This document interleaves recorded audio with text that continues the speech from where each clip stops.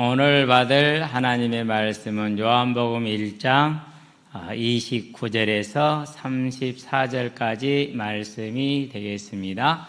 요한복음 1장 29절에서 34절까지 말씀 봉독해 올리도록 하겠습니다.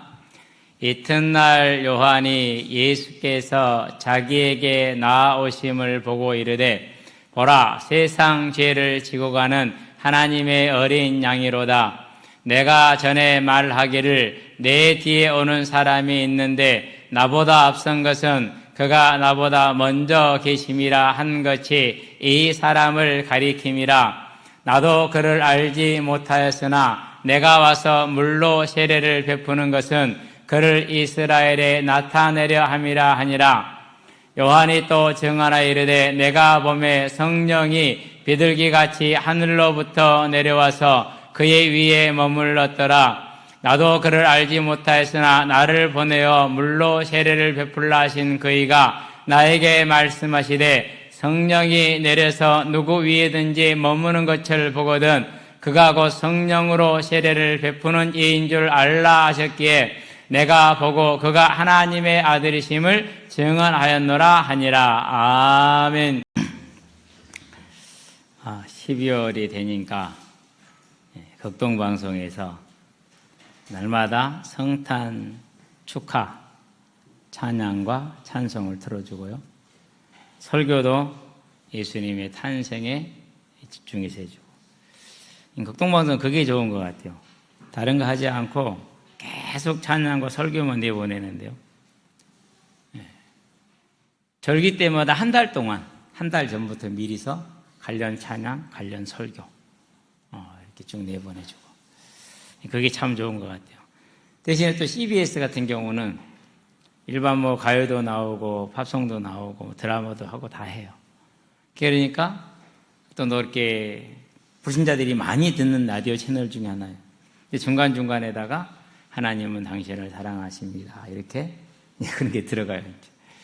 그래서 CBS는 어떻게 보면은 이렇게 찾아가는 그런 방송이고, 고통방송은 이제 돌아온 하나님의 자녀들에게 계속해서 양식을 공급하는 그런 역할을 나누어서 하는 것 같아요. 근데 이제 이렇게 막 성탄절이라고 기뻐하고 즐거워하고 준비들 하고, 우리도 이렇게 반짝반짝하니 이렇게 해놓고, 화면에는 보이지 않지만, 옆에도 보면 반짝반짝하고, 밖에도 보면 반짝반짝하고, 저녁에 올 때, 늦게 왔을 때는 로비에 불을 안 켜놨어요. 반짝반짝 빛나라고. 그걸 TV에 해놓은 거예요. 네. 그리고 이제 밖에 나무에다가 이렇게 반짝하게 해놓은 거 보니까, 이제 그 건전지 넣어놓은 거지, 방수가 딱 돼 있더라고요. 여기까지 고려해서 했구나. 예, 그렇죠. 많이들 즐거워하고 기뻐하고 또 여러 가지 준비하고 있죠. 저도 이제 생각을 하다가, 우리 은사가 여기도 못 켜, 저기도 못 끼더라고요. 그래서 은사야, 아빠랑 둘이 하자. 순서 하나 넣어주세요. 그래서 같이 하고 싶은 분들은 오세요. 순서 못 받은 분들은 저한테 오시면 우리 은사랑 같이 해가지고 너는 꽃이야. 그저 바라만 보아도 너무나 예쁜 너. 이렇게 시작하는데, 그 율동을 이렇게 보여주는 분이 유튜브에 찾아보니까 너무 단순하게 잘 해놨어요. 그래서 어제 저녁에 한 3-4번 연습을 해봤는데요. 그거 보면 그냥 할 것 같은데 안 보고 하라니까 못하겠네요. 그래서 너는 꽃이야. 같이 찬양을 하려고 그래요. 자, 어쨌든 이제 이렇게 성탄절 우리가 즐거워하고 기뻐하는데, 그러면 이제 성탄절이 언제 시작되고 어떻게 시작이 됐느냐. 성경에서 보면은 예수님의 탄생을 기념하라 하신 것은 없죠. 대신에 예수님의 그 죽으심을 기념하라. 떡을 떼어 드시면서 이것은 너희를 위해 흘리는 주는 바 내 몸이고 내 살이고, 포도주를 드시면서 너희를 위해서 흘리는 언약의 피라고 하면서 이것을 내가 다시 올 때까지 뭐해라? 기념하라 라고 얘기를 하죠. 그래서 초대교회 때에는 성도들이 모일 때마다 매일 모이면 매일 성찬식을 했다고 그래요. 예. 그렇게 하다 보니까 이제 어떻게 됩니까? 이제 처음에는 좀 거룩하게 할 수 있죠.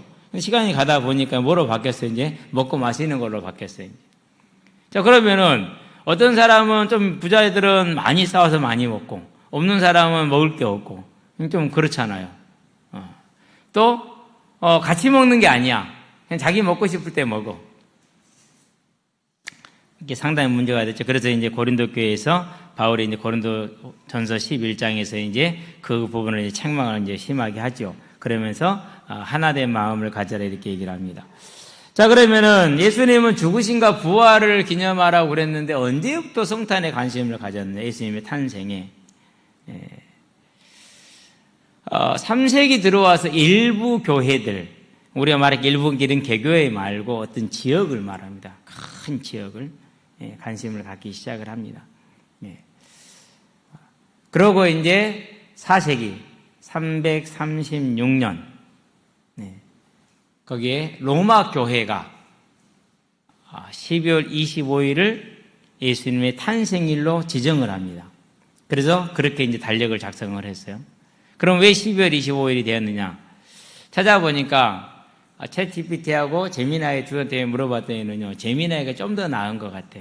챗GPT는 요약을 잘해주고 제미나이는 배경을 설명을 잘해줘요. 로마에는 사투리누스, 사투리가 아니라 사투르누스를 기념하는 사투르날리아라는 축제가 있대요. 12월 한 13일에서 23일간 10여일간 진행이 되는 그런 축제가 있대요. 이 축제 동안에는 선물도 교환하고 이런 이제 많은 이렇게 즐거워하는 그런 풍습이 있다고 그래요. 음식도 맛있게 해서 먹고.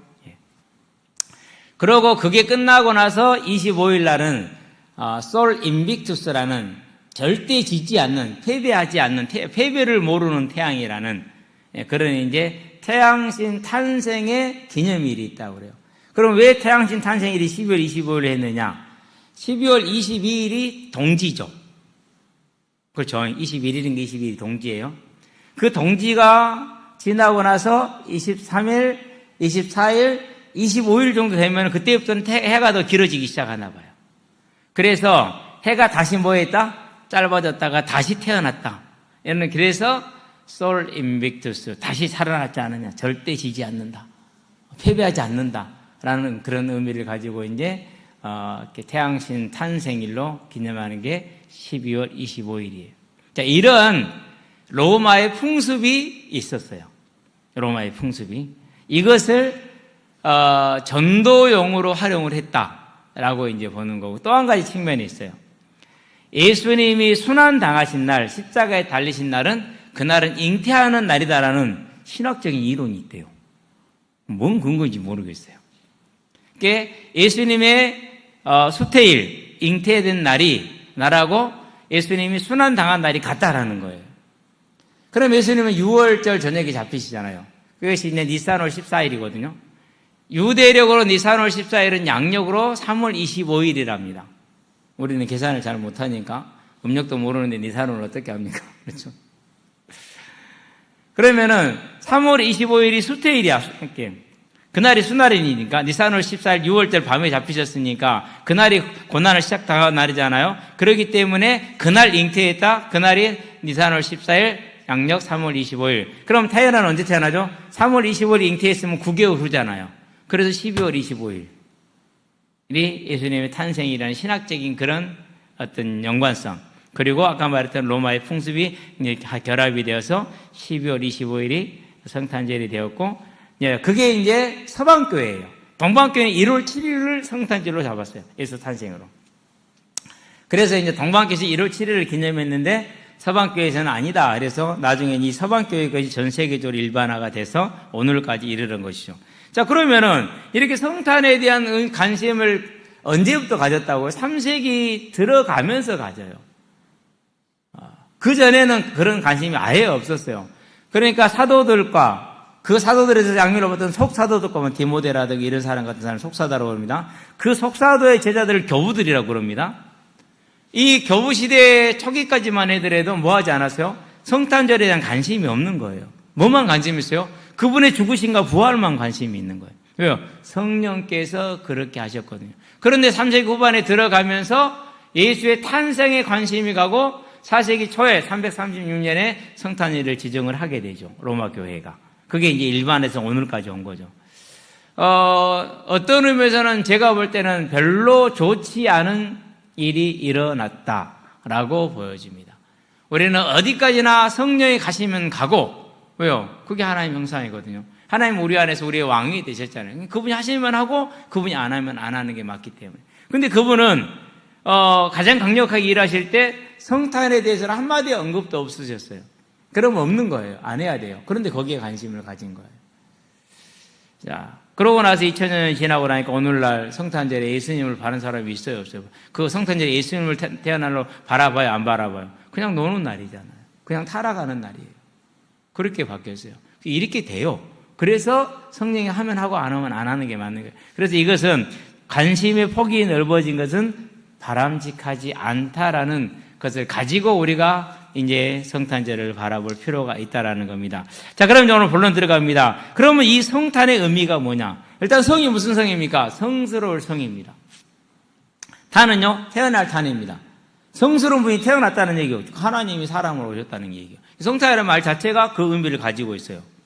성탄이라는 말 자체가. 그래서 우리는 성탄이라는 말 자체에는 하나님이 사람의 몸을 입고 오셨다. 어떤 하나님이요? 독생자 아들, 하나님 아들 예수 그리스도께서 사람의 몸을 입고 오셨다라고 저와 여러분들은 보면 되는 것입니다. 그러는데 유대교는 예수님을 하나님으로 인정을 해요, 안 해요? 인정을 안 해요. 무슬림들은요? 무슬림들도 인정을 안 하고 단지 뛰어난 선지자 중에 하나라고 봐요. 그리고 여호와 증인들은요, 그들도 예수님을 하나님으로 인정하지 않고 우리와 같은 선지자 중에 사람 중에 하나로 봐요. 이것을 요한 2서 1장에서 보니까 뭐라고 정죄합니까? 그것이 곧 이단이다라고 7절 8절에 한번 보면 우리 요한 2서 한번 봐봐요. 요한 1서 다음에 요한 2서예요. 자, 요한 2서 1장밖에, 한 장밖에 없는 장이니까는 7절, 8절을 볼까요? 7절 특별히, 미혹하는 자가 세상에 많이 나왔나니, 이는 예수 그리스도께서 육체로 오심을 부인하는 자라. 이런 자가 미혹하는 자요, 적 그리스도니, 너희는 스스로 삼가 우리가 일한 것을 잃지 않고 오직 순전한 상을, 온전한 상을 받으라. 그러니까, 미혹하는 자가 왔는데, 그게 이제 무슬림이고, 그게 여호와의 증인들이고, 그것이 이제 유대교는 원래 있었던 것이고요. 이런 일들이 지금 이루어지고 있죠. 그래서 우리는 성탄이라는 말 자체 속에서 뭐가 있다라는 겁니까? 예수님은 하나님이시다. 즉, 하나님의 아들이시다. 이렇게 얘기를 해요. 오늘 이제 웹툰을 보면은, 좀 신학적으로 아는 사람들이 보면은 양태론적인, 냄새가 난다라고 말할 수 있어요. 제가 지금 미처 거기까지 다 수정을 못 시켰는데요. 하나님이라 하지 말고 하나님의 아들이라고 반드시 해야 돼요. 그래야지 양태론을 그 위험을 벗어날 수가 있습니다. 어쨌든 뭐 그렇다는 것이고요. 자, 하나님이 그러면 이렇게 사람의 몸을 입고 이 땅에 오셔야 되는 이유가 무엇이냐? 오늘 성경이 말하고 있습니다. 뭐라고 말하고 있습니까? 자, 세상 죄를 지고 가는 하나님의 어린 양이다. 그러면 세상 죄라는 그 세상은 누구를 말하는 겁니까? 저와 여러분 한 사람 한 사람을 말하는 것입니다. 곧 우리 한 사람 한 사람의 죄를 지고 가시겠다는 겁니다. 그러면 죄가 무엇이냐라는 거죠. 죄, 그럼 우리가 일반적으로 하는 게 윤리적으로, 사회적으로, 법적으로 짓는 것을 죄라고 그러죠. 자, 사회적으로, 법적으로는 어떻게 됩니까? 분명히 저 행동이 다른 사람과 사회 질서를 어지럽히는 행위가 맞아요. 그런데 법에 규정되어 있지 않으면 처벌을 해요, 못해요? 처벌을 못해요. 심지어는 법에 기록되어 있어도 처벌 다 돼요, 안 돼요? 대부분은 안 되죠. 예. 제가 가장 많이 보는 것 중에 하나가 애들이 담배 피우고 다니는 거. 참 여러분한테 말을 내가 못해서 그렇지. 그 교회 잘 나오던 6학년 인원들도요, 요즘에 이제 이러고 다녀요. 참, 아이고. 그게 멋있어 보이는 나이일까요? 저는 한 번도 안 멋있어 보이지가 않던데, 그것이. 어떤 데서는 그래요. 1학년 때부터 피웠어요. 잘한 건 아닌데. 네. 여러분이 다 아는 아이예요. 초등학교 1학년 때부터. 그러니까 세상 죄로는 분명히 저촉되는 거 맞잖아요. 근데 처벌을 못 받잖아요. 왜? 안 걸리면 된다라는 거예요. 세상의 죄는 그런 개념이 안 걸리면 돼. 잡히지 않으면 돼. 이런 거죠. 또 세상에서는 양심과 마음으로 짓는 죄를 처벌해야 못해요. 그건 못해요. 궁예나 했지. 그건 못하는 거예요. 예. 그런데 이 죄에 대해서 하나님은 뭐라고 말합니까? 마태복음 5장에 보니까 이제 미워하는 자는 이미 누구를 죽인 거라고 그랬어요? 사람을 미워하는 자는 이미 살인한 자다라고 얘기를 했어요. 이거 그냥 들으시면 안 됩니다. 미워하면 살인한 자래요. 그 다음에는 이제 음욕을 품으면 이미 뭐 했다고 그래요? 간음한 자래요. 무엇까지 처벌하는 그렇게 하나님께서는 마음속의 죄까지 하나님은 보시는 겁니다. 다르죠, 그러니까? 그러면 이 죄에 안 걸릴 사람이 거의 없죠. 세상 사람들이 볼 때는 애들이 뭔 죄를 짓냐라고 생각할 수 있잖아요. 그렇죠? 그런데 하나님이 보시기에는 태아도 죄를 짓죠. 왜요? 누구 형상을 가지고 있으니까? 아담의 형상을 가지고 있으니까. 그래서 윤리적으로, 사회적으로 보아도 모든 사람은 뭐 한 거예요? 죄인인 거예요. 그렇죠? 근데 이 죄 말고 다른 죄가 있어요. 진짜 큰 문제가 있죠. 그 죄가 무슨 죄입니까? 세상은 죽었다 깨어나도 모릅니다. 지식으로는 알아도 모르는 죄입니다. 어떤 죄이죠, 그것이? 하나님을 하나님으로 믿지 않는 그것을 불경외라고 말합니다. 우리 일단 이 세상에서도요, 아랫사람이나 부하 직원들이 상사로 대접하지 않으면 어떻게 되죠? 그럼 가장 심각한 문제가 되죠. 그렇죠? 가능하면 뭐 하죠? 공고사직을 시키든지, 안 그러면 자천을 보내서 더 이상 일을 못하게 하든지 그렇게 하잖아요. 사람 사회도 그런데, 전능하시고 영존하시며 지존하신 창조주 하나님으로 섬기지 않고 믿지 않는 것은 그것을 불경외라고 그러는데, 그 죄가 진짜 죄예요. 그 죄에서 모든 죄가 자연스럽게 멈추지 않고 막을 수 없고 피할 수 없고 다스릴 수 없게 피어나는 겁니다.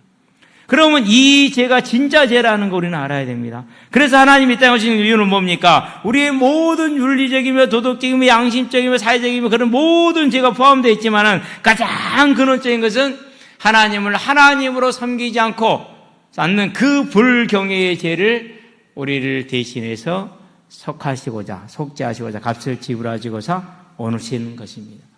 자, 그러면은 사회는 어떻게 됩니까? 이 사회는 우리가 이미 경험을 했듯이, 불신자 시대에 경험을 했듯이, 내가 죄인인지 알아요, 몰라요? 모르잖아요. 왜? 하나님을 하나님으로 시인하지 않기 때문에, 하나님을 하나님으로 시인하지 않으면 죄가 존재할 수가 없어. 그 죄는 존재를 안 해요. 사회적인 윤리적인 죄만 존재를 하지, 이 죄는 없는 것이죠. 그렇기 때문에 그 누구도 이 죄를 뭐 할 수 없어요? 다스릴 수가 없어요. 공자도 말합니다. 네가 네 마음을 잘 다스려야 된다. 네가 하나님이라는 소리죠. 스타르타도 말합니다. 천상천하 유아 독자이다. 내가 하나님이라는 말입니다. 오히려 다 뭐 하는 거니까? 세상의 모든 선생들이 뭐 하는 거예요? 죄를 지으라고 가르치는 거예요. 세상의 모든 선생들이. 그러니까 이 죄는요, 죽었다 깨어나도 세상이 알지 못하고 세상이 이길 수가 없어요. 그 죄를 열심히 지을 수밖에 없어요. 열심히 공자를 쫓아간다. 열심히 그 죄를 짓는 겁니다. 열심히 석가를 쫓아간다. 열심히 그 죄를 짓는 겁니다. 그 죄를 짓는 가장 일반적인 모습 중에 하나 또 있죠. 뭡니까? 그게 뭔가를 자기 손으로 만들어 놓고, 사람의 손으로 만들어 놓고, 너는 전능한 신이다라고 섬기는 우상이죠. 가끔 가다가 이제 강진 가다 보면은요, 위에 이렇게 절이 하나 있어요. 불상이 큰 게 하나 있어요. 비가 와도요, 그 비를 피하지를 못해요. 눈이 와도요, 그 눈을 피하지를 못해요. 지 콧등에 파리가 앉아도요, 그 파리 쫓아내지를 못해요. 개가 와서 오줌 싸도요, 좀 쉽게 그렇게 쫓아내지도 못해요. 근데 그놈한테 가가지고 미나이다 하고 있어요. 웃기지 않나요? 이게 세상이라니까요. 이름을 다 잊어본 것 같은데 중국 고대에 이제 있었던 일이에요. 왕이 자기 부모를 죽였어요. 그래서 어렵게 도망을 가서 옆 나라로 도망을 가요. 그래가지고 이제 한을 품었죠. 그 왕을 멸망시키고 초나라에 그 왕이 아마 초나라 왕이었을 거예요. 멸망시키고 아마 얘기하다 이름이 기억날 수도 있어요. 네. 그 이제 원수를 갚으려고 이제 갚았는데 아주 잔인하게 갚습니다. 죽은 그 왕의 시신을 꺼내서 300대 채찍질을 하고 막 이렇게 합니다. 이제 그런데도 분이 안 풀렸어. 그러다 어쩌다 자신이 죽었어. 억울하게 또 죽었어. 그래가지고 두 나라가 전쟁을 하게 되는데 그 원혼이 이제 전쟁을 방해를 하는 거예요. 그럴 때 상대국 재상이 탁 이제 허리에 끈을 띠고 엎드려서 뭐라고 그러냐. 죽은 자가 산자를 이기는 법이 없다. 그러니 빨리 네가 있을 곳으로 돌아가라고 그럽니다. 그럼 진짜로 돌아갑니다. 유사 이래로 죽은 자가 산자를 이기는 법이 없다. 넌 이미 죽었지 않냐? 넌 가라는 거예요. 근데 많은 사람들 어떨까? 이 죽은 자에게 복을 빌잖아요. 말이 돼요, 안 돼요? 안 되는 거예요. 그러니까 죄에 죄를 더하는 우상숭배 모르는 겁니다. 하나님을 지식으로 아는 사람이 정말로 많습니다. 자유주의 신학자들 다 하나님 압니다.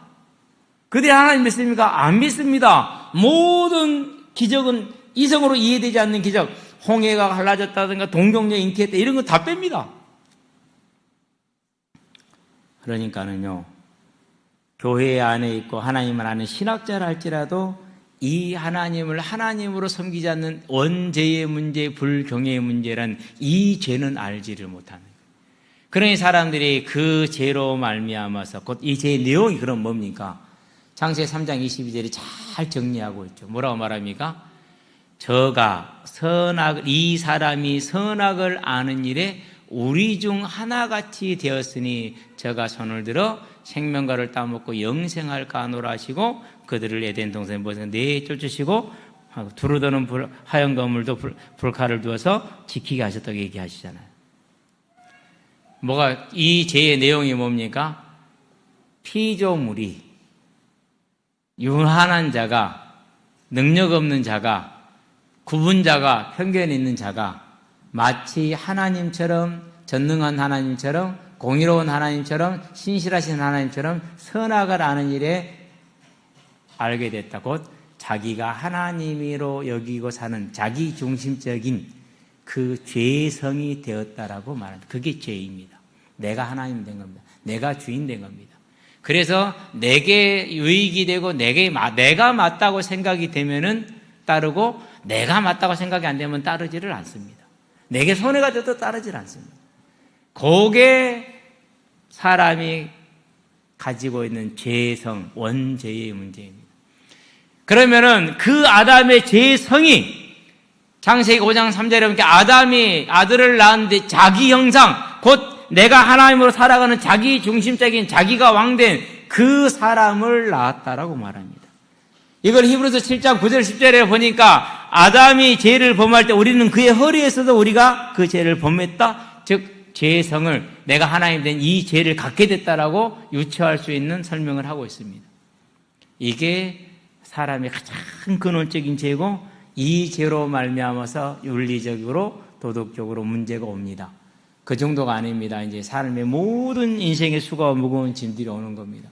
우리가 감추고 싶고 피하고 싶고 떠나고 싶고 없애고 싶고 갖고 싶은 그 모든 문제가 오는 겁니다. 그런 문제들이 오죠. 그래서 보세요. 세상을 보세요. 귀신한테 가서 물어보고 점을 치고 우상에게 절을 하고 그러면서 남을 속이고 자기 남의 것을 강제로 빼앗고 속여서 주식을 속이고 이렇게 하잖아요. 왜요? 자기가 원하는 걸 채우기 위해서. 그게 다 시달리고 고난당하는 그런 모습이죠. 그렇게 살다가 반드시 뭐가 옵니까? 인생은 정해진 대로 가지요. 죽습니다. 그래도 그렇게 사는 날 동안 웃는 날도 있어요. 기쁜 날도 있어요. 평안하게 자는 날도 있어요. 행복할 때도 있어요. 지금 뭐 도하나 우리 희경이 쟤들 키우고 있는데 얼마나 행복한 시간인데요. 힘들다 그러면 안 돼요. 제일 행복한 시간이에요. 저기서 조금만 더 갖고요. 초등학교 3학년 되고 4학년 되잖아요. 그럼 그때는요, 이제 자기가 이제 죄의 본성을 드러내요. 왜 간섭해? 이런다니까는 이제 왜 나를 간섭해? 간섭하지 말라고. 내가 알아서 한다고. 이런다니까는요. 나중에는요, 더 웃겨요. 제가 우리 은영이한테, 이제 우리 김지원 집사 애도 있고 그러니까 이거를 타이핑하는 것을 하라고 그랬어요. 그때 또 우리도 셋째가 내가 하지. 가져가서 했어요. 안 하고 내 보내놨으면 큰일 날 뻔했어. 내가 한번 보내봐라. 한번 점검 한번 해보자. 이 글씨가 제가 이번 주는 급하게 했었어요. 은재하고 1시간 한 가까이 통화를 해버려가지고 시간을 다 써버려가지고 아주 급하게 썼거든요. 그러니까 좀 더 날렸어요. 지난주 글씨는 그래도 예쁘게 썼는데. 그러니까 이제 처음 보는 우리 은성이는 어떻게 돼요, 이제? 어렵죠. 그래서 오늘 또 27절이 나오잖아요. 29자인데 27절을 써놓으니까 방송실은 당연히 뭐 하죠? 이 원본을 안 봤으니까 거기 써지는데 나도 그걸 확인 안 했네. 본문이 틀릴 줄은 몰랐네. 그 다음에 뭐가 틀렸냐? 본론 제목이 틀렸어. 어디서 왔는지 모르겠어. 그 제목이. 신기한 제목이 와 있어. 나는 분명히 본론 제목을 이렇게 썼단 말이에요. 자, 성탄의 의미라고 썼어. 근데 다른 게 와 있어. 이게 어디서 왔어? 내용과 전혀 상관없는 본론 제목이 왔어. 우리 김지훈 집사는요, 구절을 읽어요. 써있으면은. 읽고, 목사님 좀 이상한데요? 그럼 그게 연락이 와요. 이거 내용과 앞뒤가 좀 안 맞는데 이렇게 올 때가 있어요. 예. 근데 우리 애들은, 우리 은성이는 그냥 했는가 봐. 그래가지고, 마태복음 26장, 28절. 앞에 이것이 슬러시가 있는데, 앞에 절이 있다는 소리잖아요. 예. 그냥 알려줬어. 근데 또 그대로 그냥 있어.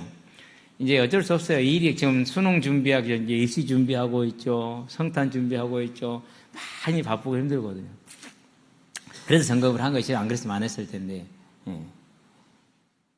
자, 그렇게 점검을 지금 제가 이렇게 얘기하잖아. 오늘 그럼 내가 무슨 소리를 듣겠어요, 이제? 아빠가 저에 대해서 고마워. 이 소리 듣겠어? 안 그러면 이 소리를 듣겠어요.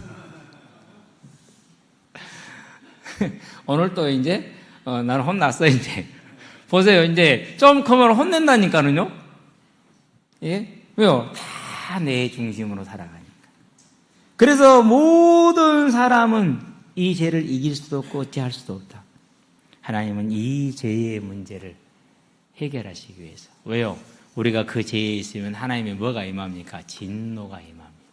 그 진노가 먹고 사는 문제로 옵니다. 그 진노가 질병으로 옵니다. 그 진노가 죽음으로 와 있습니다. 우리에게 이미 정해져 있잖아요. 그래도 그 진노 아래에 있던 이 땅에 육신을 입고 살 때는 그래도 웃고 떠드는 쉬운 날도 있다니까. 쉬는 날도 있고. 그런데 이 육신의 삶을 마치는 날이 어떻게 됩니까?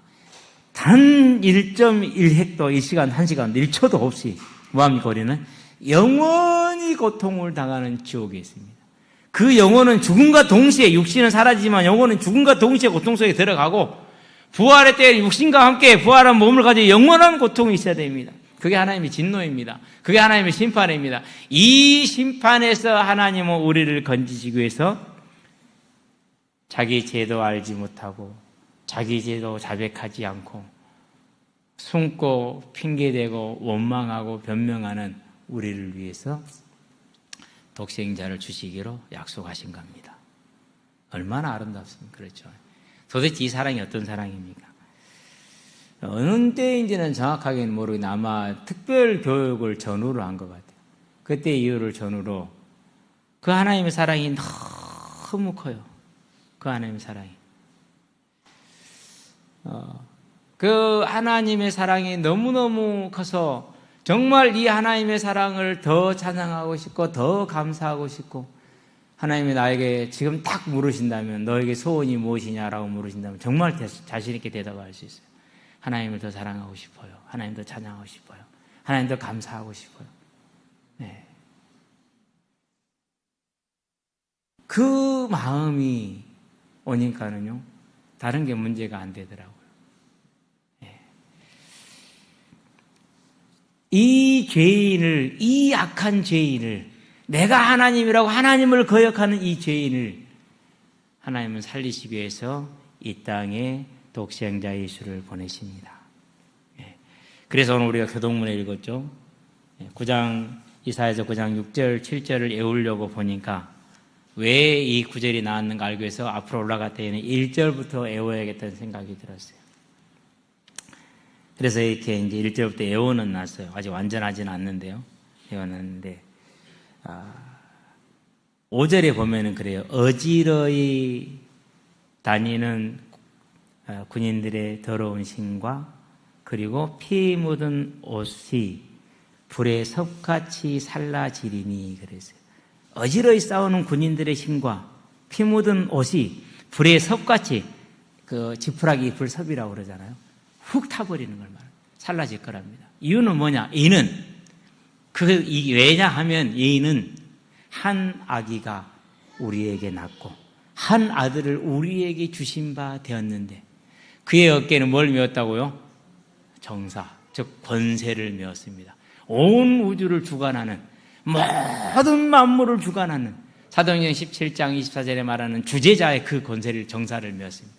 그 이름을 기묘자라고 그랬습니다. 모살하겠습니다. 전능하신 하나님이라 영전하신 아버지라 평강의 왕이라 할 것입니다. 그렇게 얘기를 합니다. 그 하나님께서 하나님이신 예수님께서 사람의 몸을 입고 한 아이로 베들레헴 유다 베들레헴에 태어나신 겁니다. 우리는 그 의미를 이렇게 잡아야 됩니다. 왜 오셨다고요? 우리 죄를 사하시고 우리를 죄와 사망에 건지는 어떻게 건집니까? 7절을 봅시다.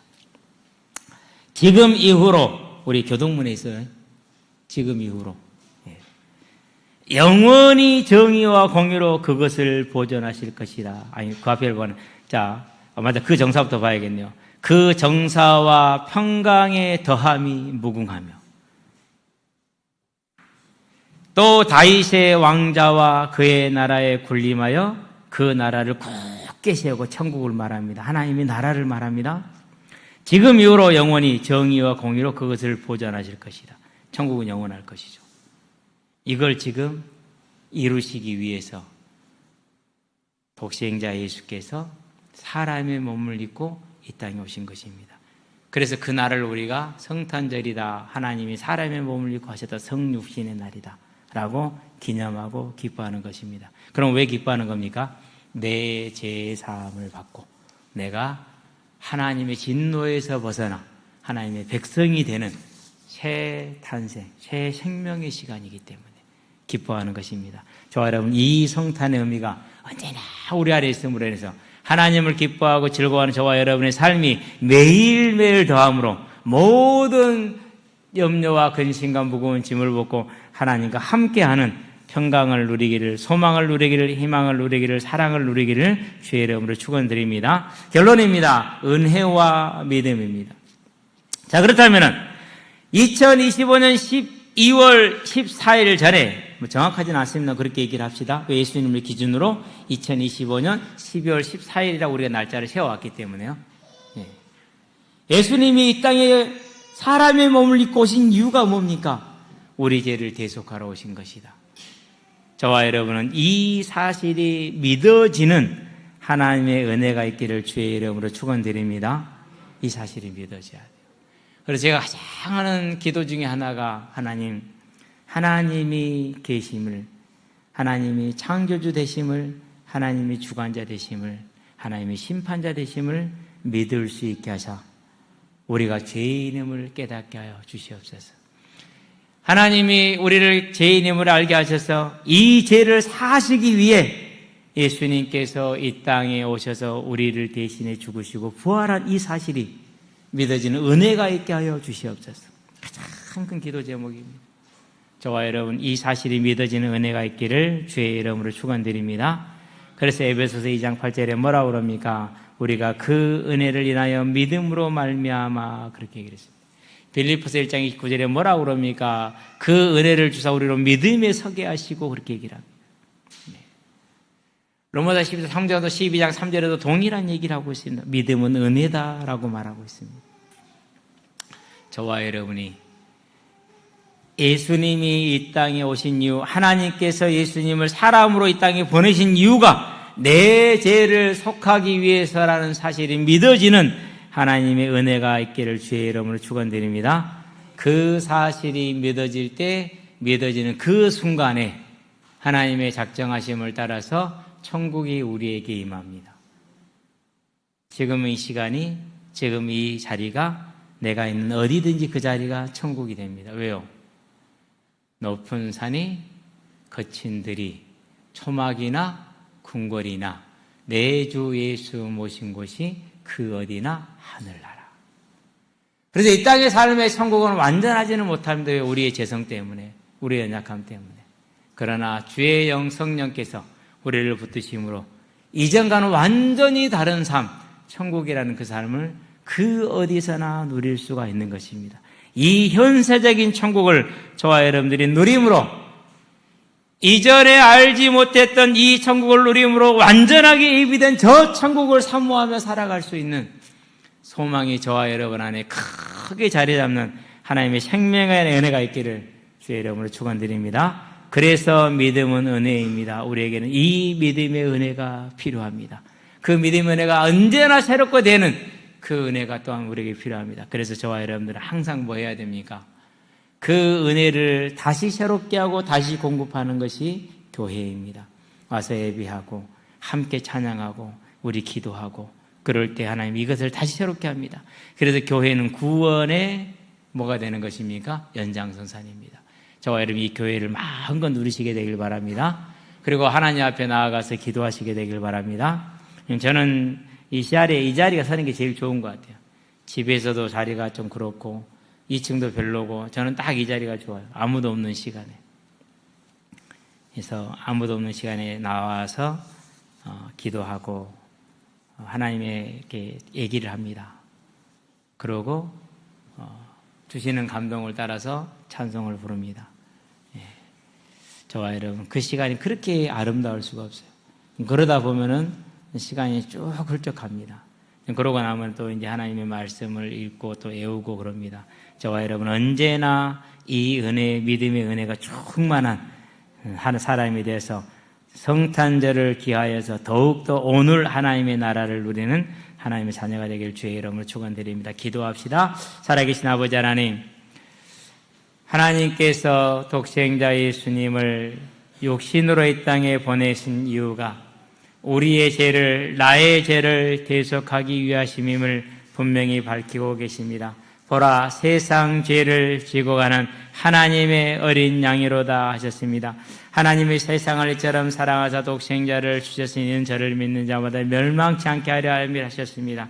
우리가 아직 죄인 되었을 때 그리스도의 십자가의 죽으심으로 하나님께서 우리를 향한 하나님의 사랑을 확증하셨다고 말씀하셨습니다. 살아계신 아버지 하나님, 성탄절을 기하여서 이 하나님의 사랑과 이 은혜를 믿을 수 있는 믿음의 은혜를 우리에게 더하여 주시옵소서. 그 은혜가 날로 충만하게 하여 주시기를 주 예수 그리스도의 이름으로 감사하며 기도합니다. 아멘.